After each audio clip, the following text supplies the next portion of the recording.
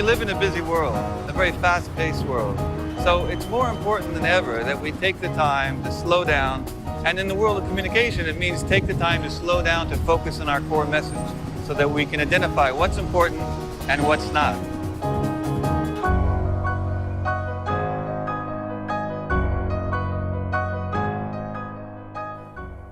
Presentation Zen is an approach, not really a method. You know, a method is something you pull off the shelf and can follow step by step. So Presentation Zen is really about an approach to seeing, to identifying the problem in a way that will help you make much better presentations. So, you know, every presentation basically has three chunks, right? You have the preparation and you have the design, and then in the end you have to deliver it. And that's pretty much standard with every presentation. So I've taken three ideas out of the world of Zen, which are very, very simple ideas. The first one is restraint. Restraint especially applies to preparation. We want to identify what's important and what's not, and take what's not important for the moment and put that aside. And that takes a lot of willpower and to sort of restrain ourselves to let go of our babies and leave those out, at least for the moment. The second thing is simplicity. Well, but what does simplicity mean? Simplicity means many different things for many kinds of people, but basically it means the old, you know, less is more kind of thing. Visually, we want to include only what's necessary to get the point across, and the superfluous and the non-essential can be removed for the time being. And the third thing, of course, when we're talking about delivery, is naturalness. How can you make your delivery a much more natural and much more engaging type of thing? And of course, words like conversation come to mind. People like Steve Jobs, of course, who, even though he's speaking to, let's say, 5,000 people at a Macworld, he comes across in a very conversational manner. So that's sort of the goal with naturalness. Every week I get emails from people who have read Presentation Zen or who follow the blog.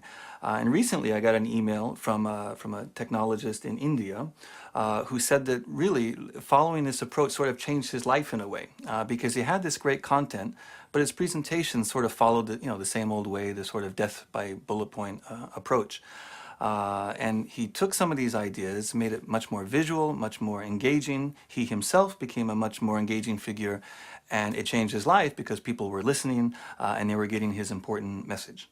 So I think no matter what field you're in, if you look at Presentation Zen and follow the approach, keeping in mind, you know, the restraint, design, simplicity, all of that, I think you'll be prepared to make really, really incredibly great presentations.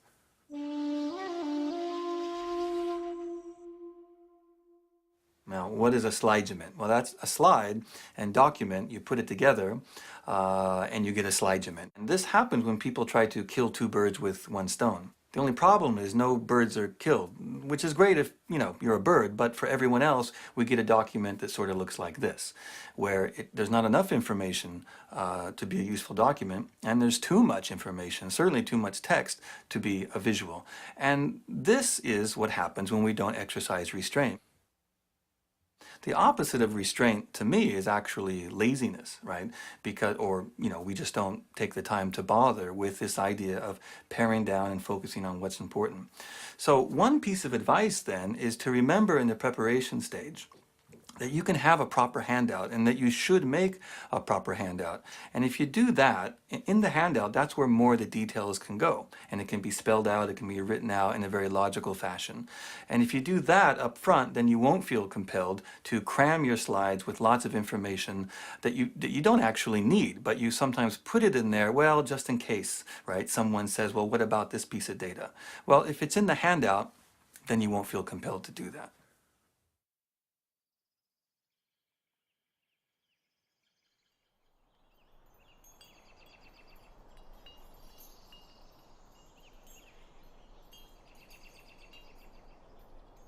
So you might be saying, what's Zen got to do with it?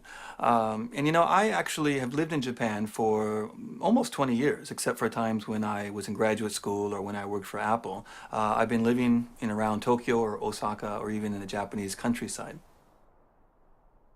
So Zen, which was born in India and then moved to China and grew up in China, but really took root and flourished in Japan. And it's at the heart of Japanese culture. And we don't verbalize Zen, of course, on the streets of Japan, but it is there.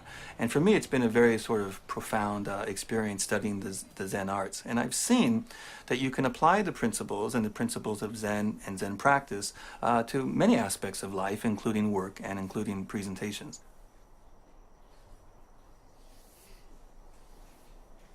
There are many concepts in Zen, but for me it's all about simplicity. And simplicity, which sort of has gotten a bad rap, certainly in the United States and in the Western world in general, simplicity is not about dumbing things down or leaving out what's important or sort of, trying to skirt an issue, for example. Simplicity is actually quite profound and very powerful, and it isn't even easy to do. But by the end of this video, and if you read the book, I think you'll have some concepts that will help you, leverage this idea of simplicity and bringing out what's important and leaving the non-important behind. So simplicity isn't necessarily simple to do, but for our audience, for our end users, it will be, extremely powerful to do.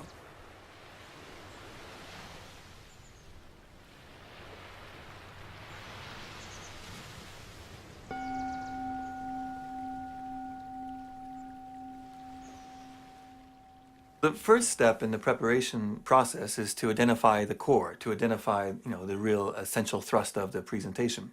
And one way to do that, really the first thing, is to first clear your mind so that you can identify what's important. And this brings up something that I learned from the world of Zen, which is called the beginner's mind, or sometimes it's called the child's mind. And what that means is, we are all experts, of course, in our fields, but if you adopt the beginner's mind or the child's mind, there are many possibilities to a problem. As experts, we kind of get locked into the traditional way of thinking about things, and we know of myriad of ways, of many possibilities of why this can't be done or why that hasn't been done. So in the beginner's mind, they say, there are many possibilities. But in the expert's mind, there are few. So although we are experts to some degree or another, if we just sort of put that aside for a while and just look at the problem in a new way, we can often sort of see things that we didn't know were actually there. And that's very important when we're trying to identify the core.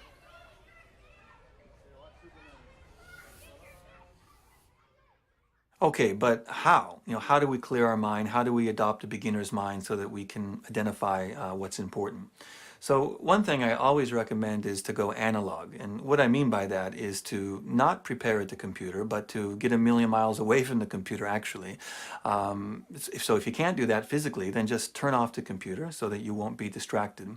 And in fact, when we're on the computer, we're always online, aren't we? And it is said that the always online person is sort of the always distracted person. So if you get off the grid, that is, get offline, get away from the computer, you sort of have the freedom now to just focus on what's important.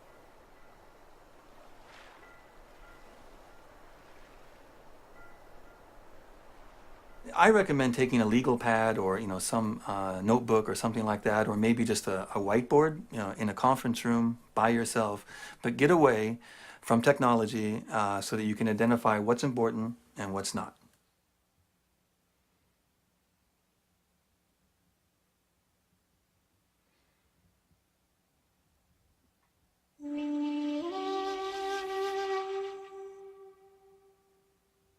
So while we're off the grid and we're thinking about our presentation, this reminds me of a phrase that we often say, that I often say in Japanese, which is dakara nani, which just means so what, right? But this is a question we don't often ask ourselves, and we need to ask ourselves in the preparation stage. Long before we even begin to design the presentation, we have to identify what our point is and also why it matters.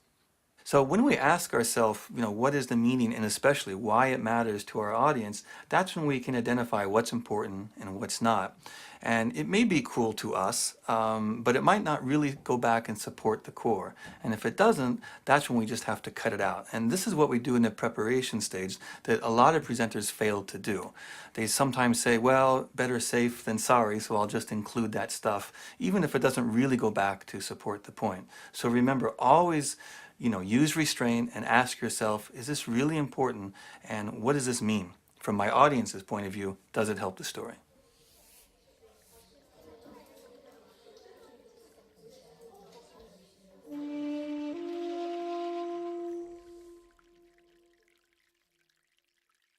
You know, we're hardwired to tell stories and to understand stories. And in fact, you know, before we could write, we were telling stories. I mean, even kids before they enter school and can read and write, they're telling stories. I mean, it's just sort of how we convey information.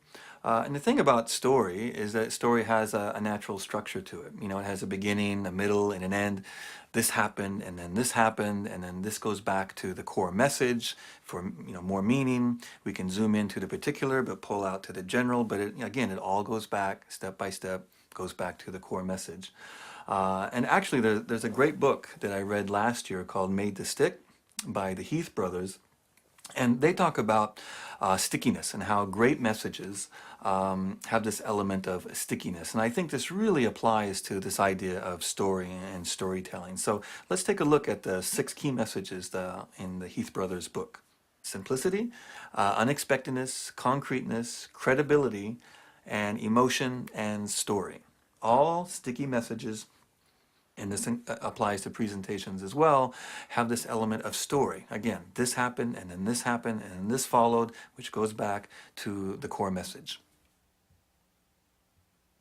Here's an example. You know, you've heard a lot about climate change recently, and there's been a few people that have become quite well known for their presentations about climate change. And you know, this nothing really new. I mean, at least 20 years or so, people have been talking about this.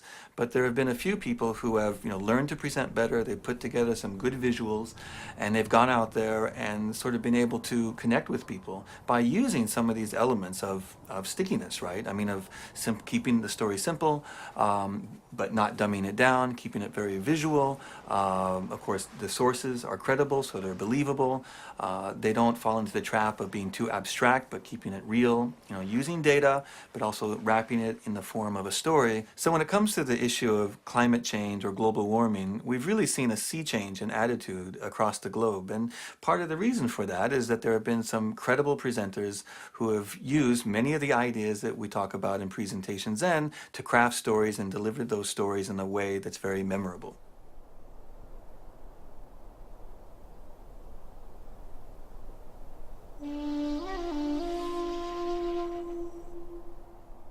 Now, different people have different ways of doing things. This is my process, and something similar works for a lot of people. So let me just share the way I do it. It's basically in 4 steps. The first part is brainstorming, and that's nothing new to most of you. To me, brainstorming is very, very messy. Usually it's on a whiteboard, or it might be in big sort of post-it notes. And that's when you're freely expressing, you're thinking about a problem, you're expressing ideas, and you write it all down. And you don't judge it, as you know, at that time. So it tends to be kind of messy, and it's all up there visually so that we can see it. The second step is what I call grouping. And during the grouping process is when we step back. And that's the great thing about going analog, is that physically you can step back, which is harder to do on a computer. So we're stepping back, we're looking at the whiteboard, and we're seeing themes, or we're identifying, oh, here's something which is the most important, or maybe these 2 things. And through that, we can identify the core, which is basically the one thing. What is the one thing that we really want to say? What's the one thing that is the heart of this? And then after that, we may come up with 3 things, 3 sort of sections that can hold that up. And the example that I'm showing here is about fitness and having a healthier life. I worked with a client, and their goal was to give good health advice. But their main idea was that you, the patient, are in charge. So in spite of everything else, things like genetics and obesity and all these things, that you are in charge. Now, from the whiteboard, from all the brainstorming, we identified 3 key areas: diet, exercise, and mind, you know, how relaxation. So from that, after they identified those were the 3 key areas that they wanted to use, they went deeper and gave specific concrete advice in those 3 areas without ever losing track of the key message of you're in charge. Okay, so we've looked at brainstorming, and then we've gone into grouping, where we identify the core and we also identify the structure.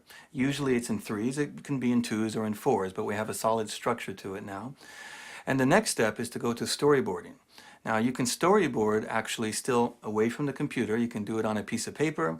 You can actually in PowerPoint just print out a blank slide, but still on paper away from the computer, you sort of take those core ideas, that structure, and then map them out visually into different slides.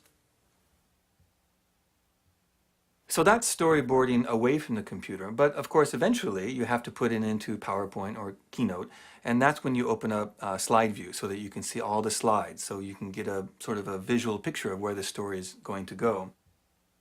So the question is, why not just storyboard right on the computer in the slide view? And for some people that works. And I don't know if there's a lot of scientific evidence on this, but my experience, this was at Apple and this is looking at inside other companies in Silicon Valley and even in Japan, even if the end product is going to be very much digital, in the beginning phase, when we storyboard it out, we still do it on paper or on a whiteboard. But the advantage of that is you can step back from it, and you can tape the paper to the wall, and that just I don't have any clear evidence that this is the best way, but I know that for most of the pros, that's the method that they use as well.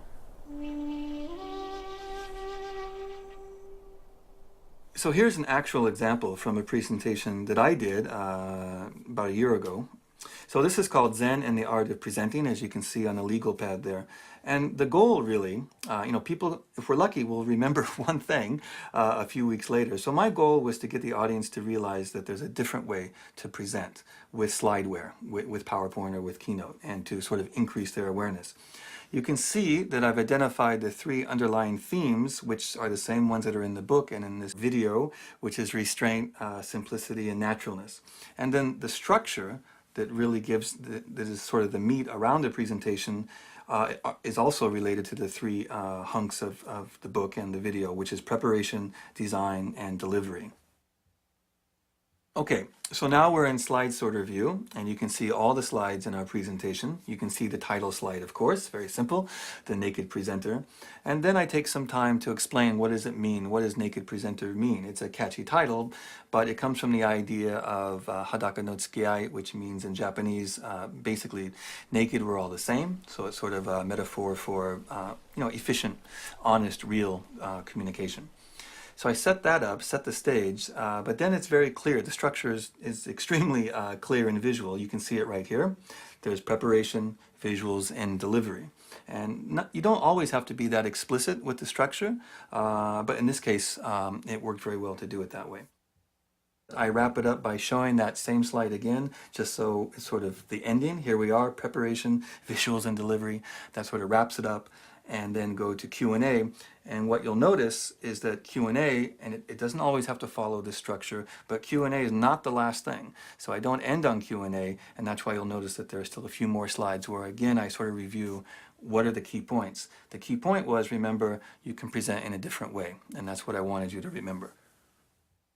So when it comes to preparation, what does all this mean? And for me, the core takeaways are this. The first thing is you got to get off the grid and get a million miles away from the computer, as I said. And whatever works for you. It might be riding a bike to the bay or just going to a coffee shop with your legal pad or a notepad or whatever. There are many ways to do this. But when you get away from the computer, you can identify the core and really focus on what's important and leave the rest out. And also during this stage, of course, is when you identify the structure and you can give it a story and a sort of step-by-step, structure to it. And then finally, with this sort of organization that we have, this leads very nicely into the next step, or the next stage, which is design.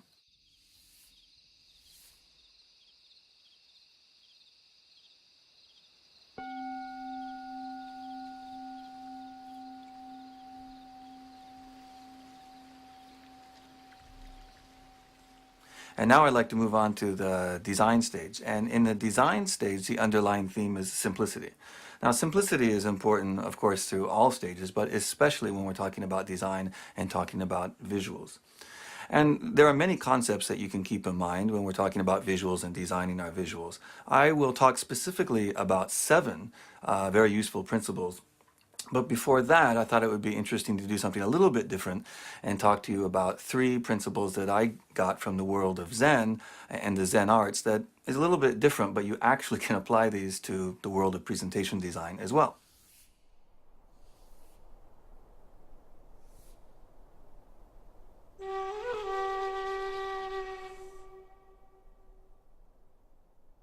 The first one is called kanso, which is a Japanese word for simplicity. It's one of the Japanese words for simplicity, which basically means less is more.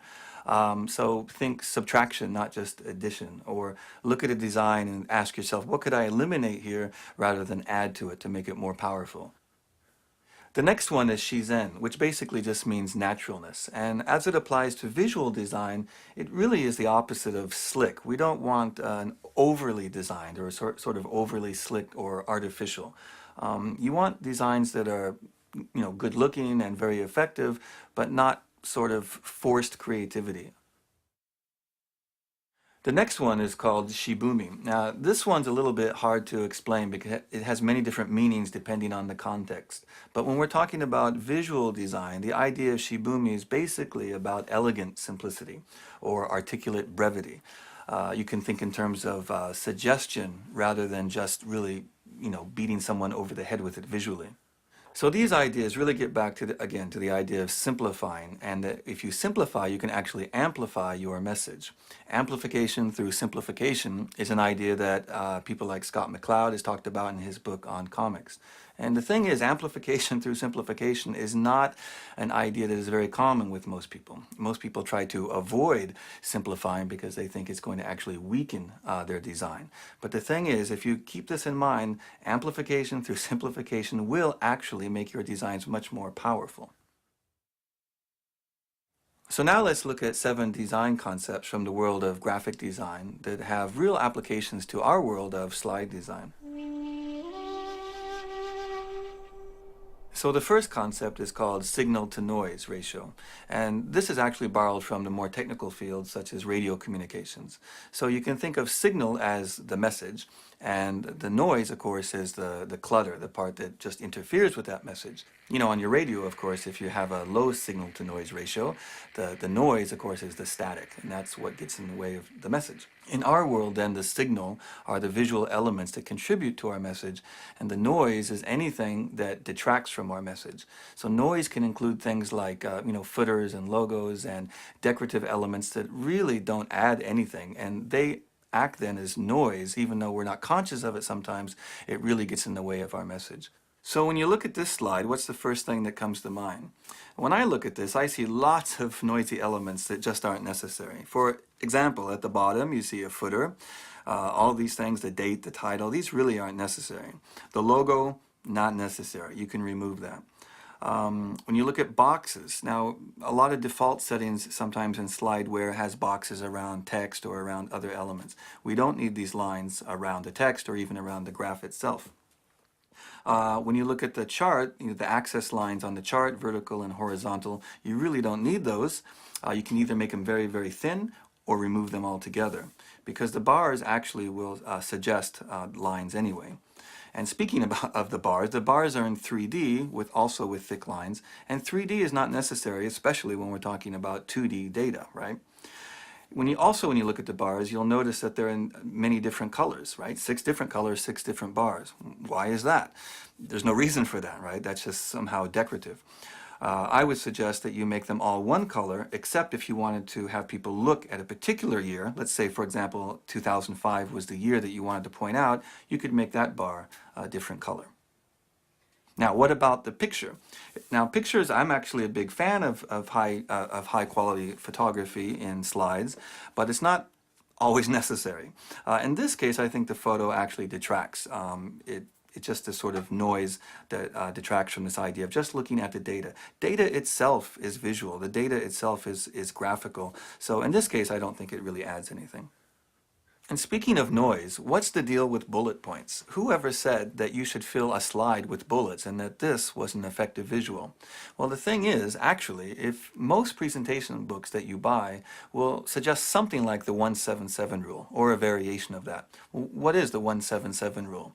The 177 rule says basically that you should have only one main idea per slide. Well, that's a good idea. I agree with that. Insert only 7 lines of text maximum. Use only 7 words per line maximum. The question is, though, does this work? Is this method really good advice? Is this really an appropriate, effective visual? This slide has just 7 bullet points. Now, This slide is actually an example of a slide that would follow conventional wisdom about what is a good, simple slide.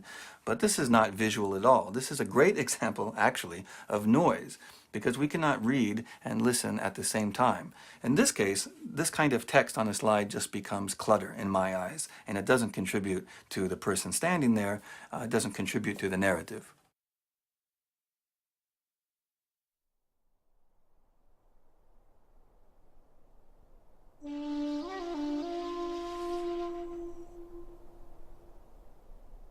So the picture superiority effect is quite simple. It simply says that we remember pictures and photographs, for example, better than other forms such as words. And we all know this to be true. In fact, our most dominant sense is actually visual.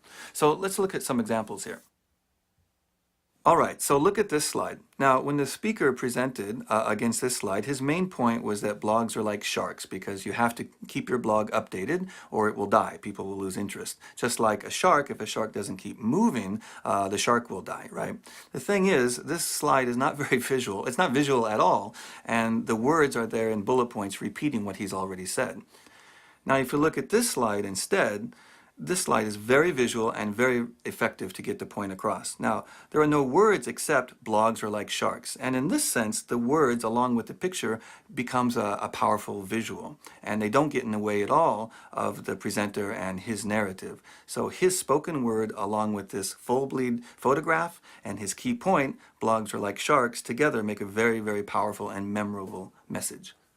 But also keep this in mind, picture superiority doesn't just mean pictures or photography. It also means things like quantitative displays, bar charts or a line chart. That is also a strong visual element.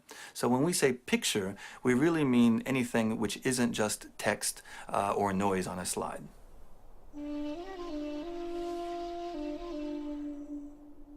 So the next concept is called empty space, sometimes called negative space, but I love the term empty space. You can see empty space used in graphic design, in layout design, web design, and of course in our world of slide design. The thing is, most people see empty space and want to fill it.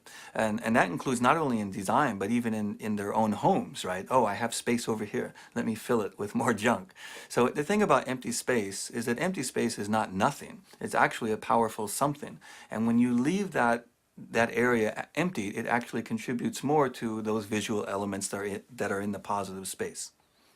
Now, if you look at a lot of the Zen arts, you'll notice that there is balance, but it's not a symmetrical balance usually, it's more asymmetrical. And some people actually say that that's the opposite of balance, but you can also think of it in terms of balance, but asymmetrical balance.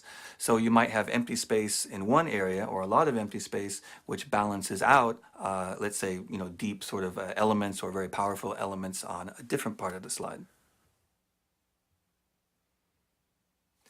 If you look at this slide here, you'll notice it's rather a traditional kind of slide with a title and bullet points, and there's not much empty space at all, or certainly not a good use of empty space. Now, instead, remember, we don't need the words on the slide, or so many words on the slide, because the presenter is going to be speaking those words. So look at this slide, this first one. You see the text element, hara hachibu, and the visual element on the right, but most of the slide is actually empty. And what these there's actually three elements. Most people might see two elements. They see the text and they see the visual, but there are actually three. And the thing is, they work in harmony to provide balance. They don't get in the way of each other. We're sometimes not conscious of this, but these three elements work in harmony and work in balance. It's asymmetrical balance, but it works very, very well to support our narrative visually.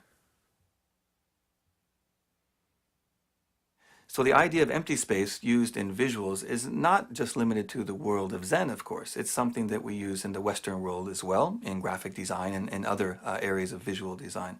And one thing that I think is really effective is this idea of rule of thirds, which originally sort of came from the golden mean. But the rule of thirds is used by many designers, especially photographers, when they're trying to compose an image. So let's look at some examples here in our world of slide design. So when you look at this slide, you'll notice that I actually put down a grid following the rule of thirds, so it's broken up into thirds. You'll notice that a strong visual element, the person running there, takes up the right third, and even the ground and the mountains take up the bottom third, and then the text element is over there on the upper left third. So it's not by accident, and there's large empty space there that is a really sort of natural space for the text, and it also naturally leads the eye from the right to the left. Here are some more examples of slides that use the rule of thirds to utilize effectively empty space.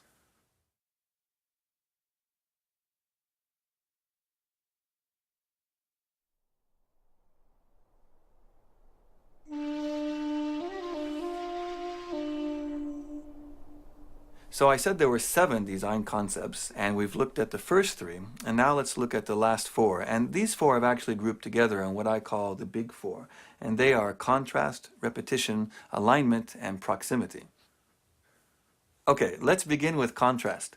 Now, I think contrast is actually the most important of the 4, and you can achieve contrast in many different ways. For example, black and white, color, size, and shape. But contrast is really about difference and showing difference, and we don't want to just show a little difference. We often want to show a big difference.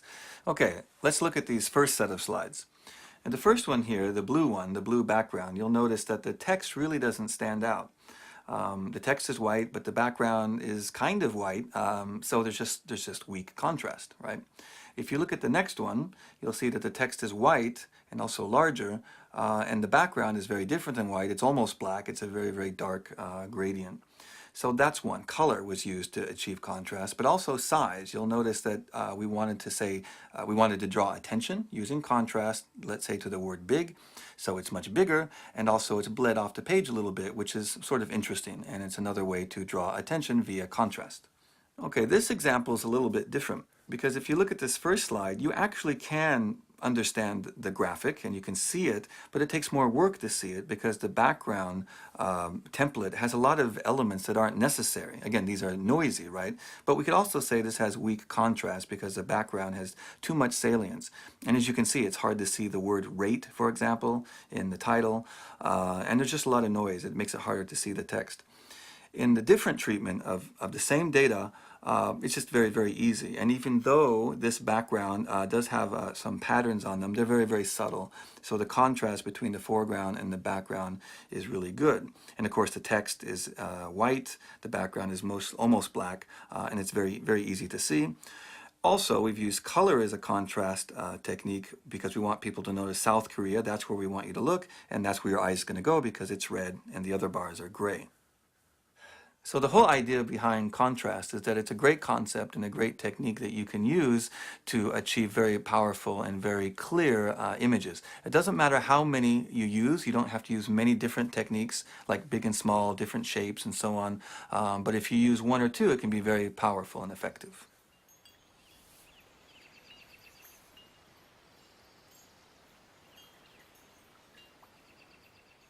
So the second concept is repetition.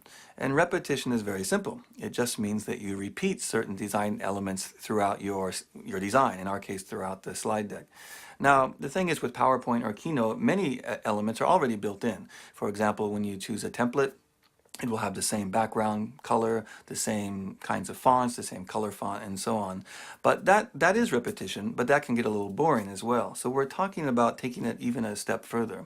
And you might have certain elements that are repeated, not in every slide, but are repeated in just certain slides in a way that fit the theme. For example, in this video, you may have noticed as the concepts have been introduced, there has been one design element that has been repeated. And the reason that we do that is to bring the sections together in a sort of a unified whole.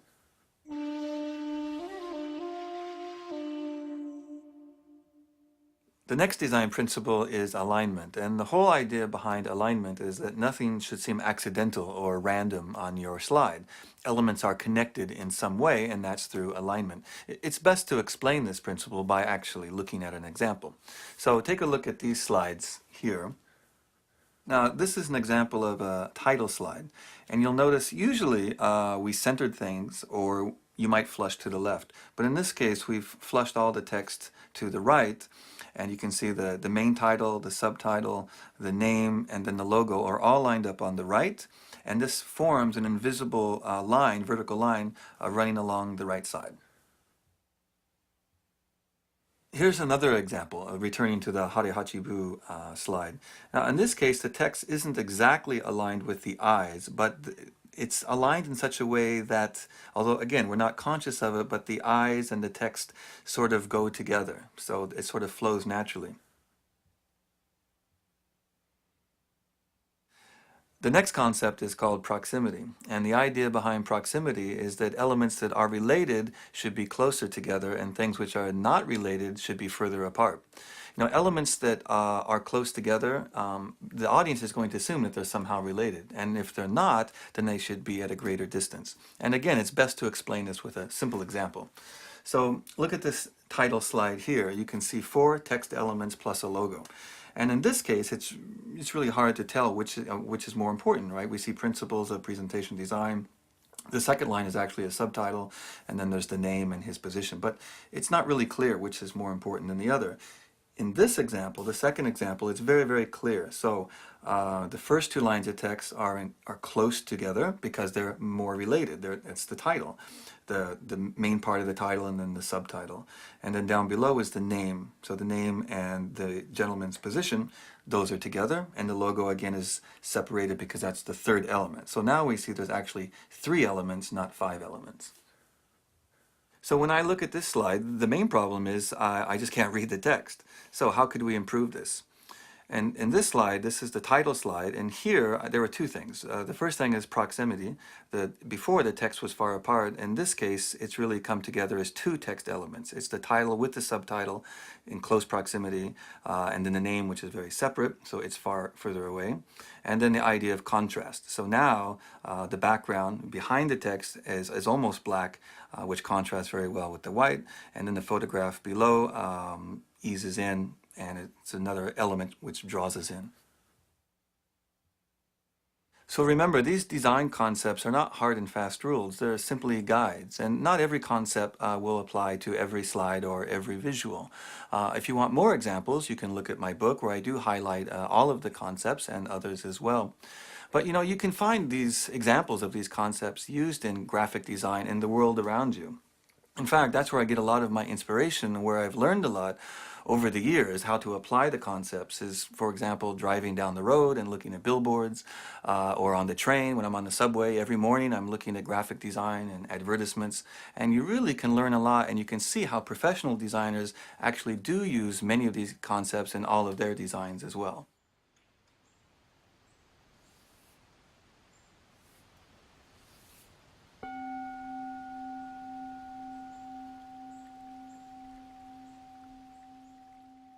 Okay, so we've looked at preparation and design, and now it's time to move to the delivery stage. Now, we've done a lot of work in the preparation and design, and it takes a lot of time. But in the delivery stage, this is where we put it all together and where we actually perform and present to our audience. And the key tenet running through the delivery stage is one of naturalness. And when I think of naturalness, I have to go back to Steve Jobs again, the master presenter. And this also brings up the issue of rehearsal. People always ask me about this. Does Steve Jobs rehearse a lot to look so natural on stage? And as a matter of fact, there is quite a bit of rehearsal that goes into his presentations. But there are different feelings about this. For some people, they feel that if they rehearse too much, then they'll lose that degree of naturalness. So it depends on your case. Each case is different.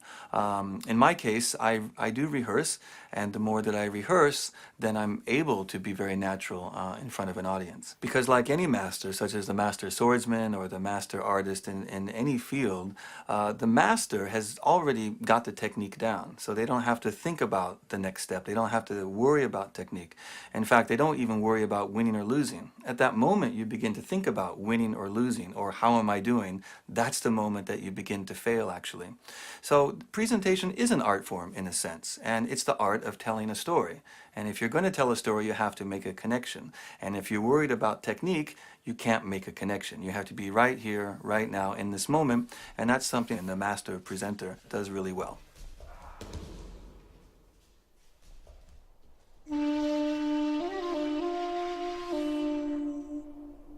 You can actually learn delivery skills from some unusual places, even from the world of judo. For example, if you look at Jigoro Kano's 5 principles of judo, you can see that actually all of them to some degree or another can be directly applied to delivery skills.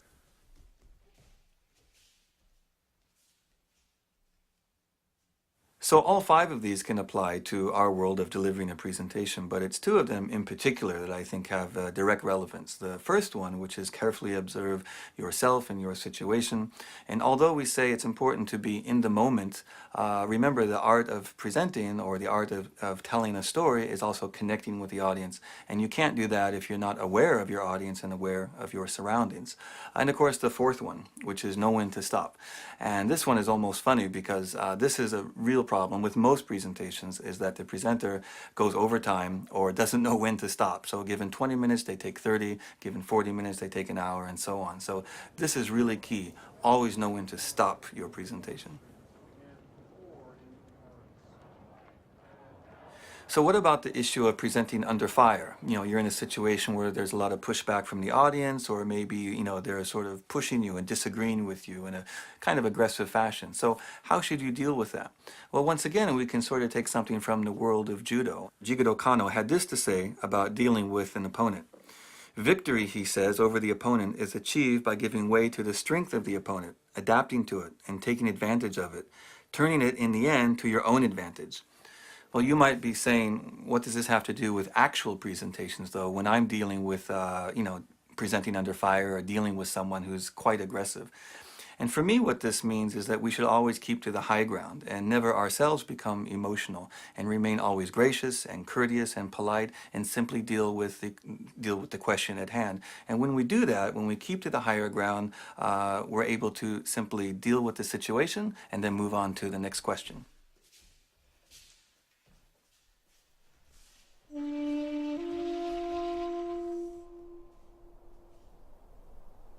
One of my favorite presenters who understands the importance of being in the moment and present is Benjamin Zander. Benjamin Zander is actually the conductor of the Boston Philharmonic Orchestra, but he's also an amazing presenter. And the main takeaway I've gotten from Benjamin Zander is this idea of contribution. You know, a lot of presenters sort of doubt themselves when they're presenting, and they worry, how am I doing? Is the audience liking me? Am I doing a good enough job? But Benjamin Zander says it's all about contribution. And again, at that moment that you begin to doubt yourself or to ask yourself, is this good enough? You know, we need to avoid that kind of thinking. It's simply about being right here, right now, making a contribution with this audience. It's just a presentation after all.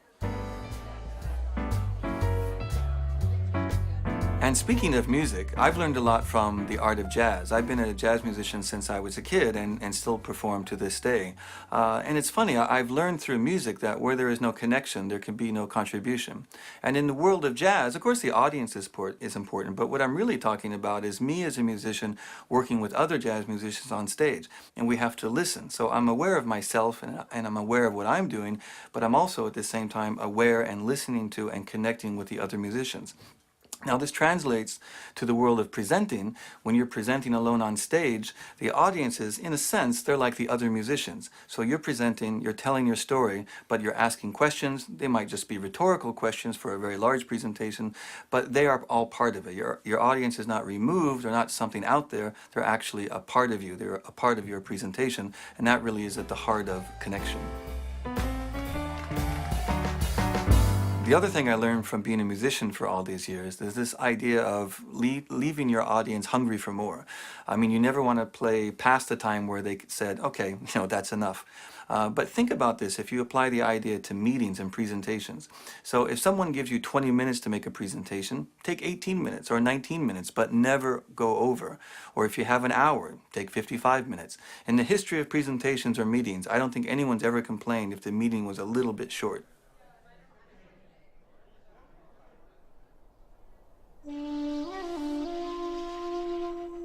If we're going to make a connection, then we have to remove some barriers. And there are many things that can act as barriers to our ability to connect with an audience. But some of the most common ones are things like turning the lights off when you're giving a presentation. Now, it's true that turning the lights off will make the slides look better, but you have to go for a compromise in that situation because the audience has to see you. If they can't see you, there is no connection.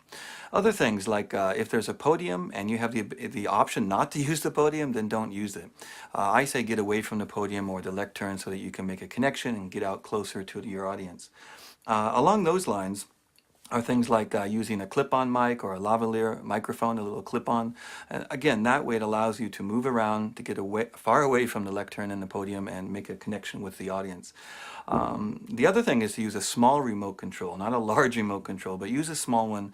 And the remote control allows you to, again, walk around, be closer to the audience, and basically go wherever you want to go. And that's very important when we're talking about making a connection. With delivery, remember that the key tenet running throughout is naturalness, right? Naturalness is the goal. And we do that by being in the moment. And if we're in the moment, then we're better able to make a connection and engage our audience. And remember, without connection, there can be no contribution, and no one is going to get our story.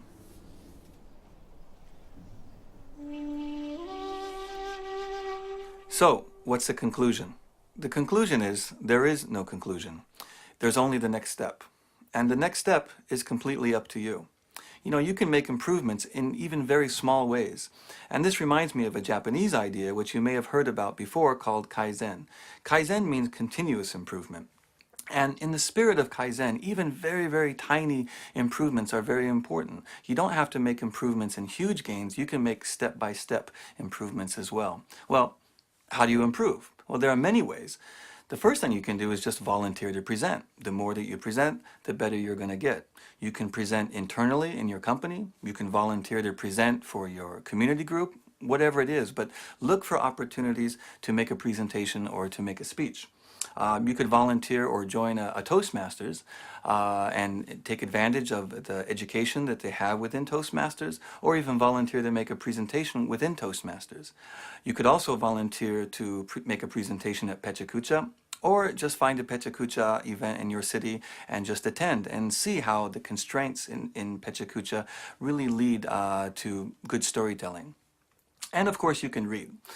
There are many books on presentations which are very good, of course, and communication, but you can also learn a lot about slide design and communication by reading books about graphic design, web design, interior design, and just design in general. And of course you can also learn a lot by reading the book Presentation Zen and following my thoughts and discoveries on the Presentation Zen blog. But remember, in the end, it's all up to you. Ganbatte kudasai.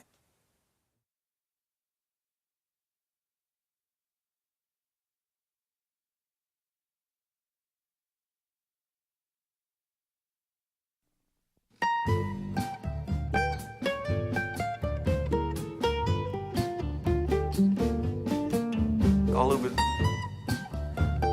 There are Pechakucha nights in city all, or the rather, more is. I can never get that, so I should just not say it. I'm just gonna say it as if this was the last take ever. Do it one more time. So again, when you're away from the computer, you ask yourself these two important questions. Sorry, that was a long way to say it. It's all right? All right? All right. It's all right. All right. And action. So that's a little bit about how I do it. Now you're gonna think, story. Without connection. Very true, those words. Only the next step. Okay. And we can get a connection with our audience if we remember to be in the moment. And I am really hot under these lights. No, it's only hot here. Yeah. And this is where my brain is. Okay. One more time. Where you at? So. Okay, ready? So, Smithers. Excellent. Okay. Release the house. Some stooge in Sector T. Okay. Do you feel fabulous? No, don't get me laughing now. Is it? Flower. Big flower. Listen. Where is that? So you. What's that got to do with it? Very good it is.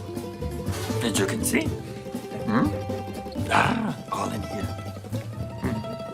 Ne. Hi. Don't include that.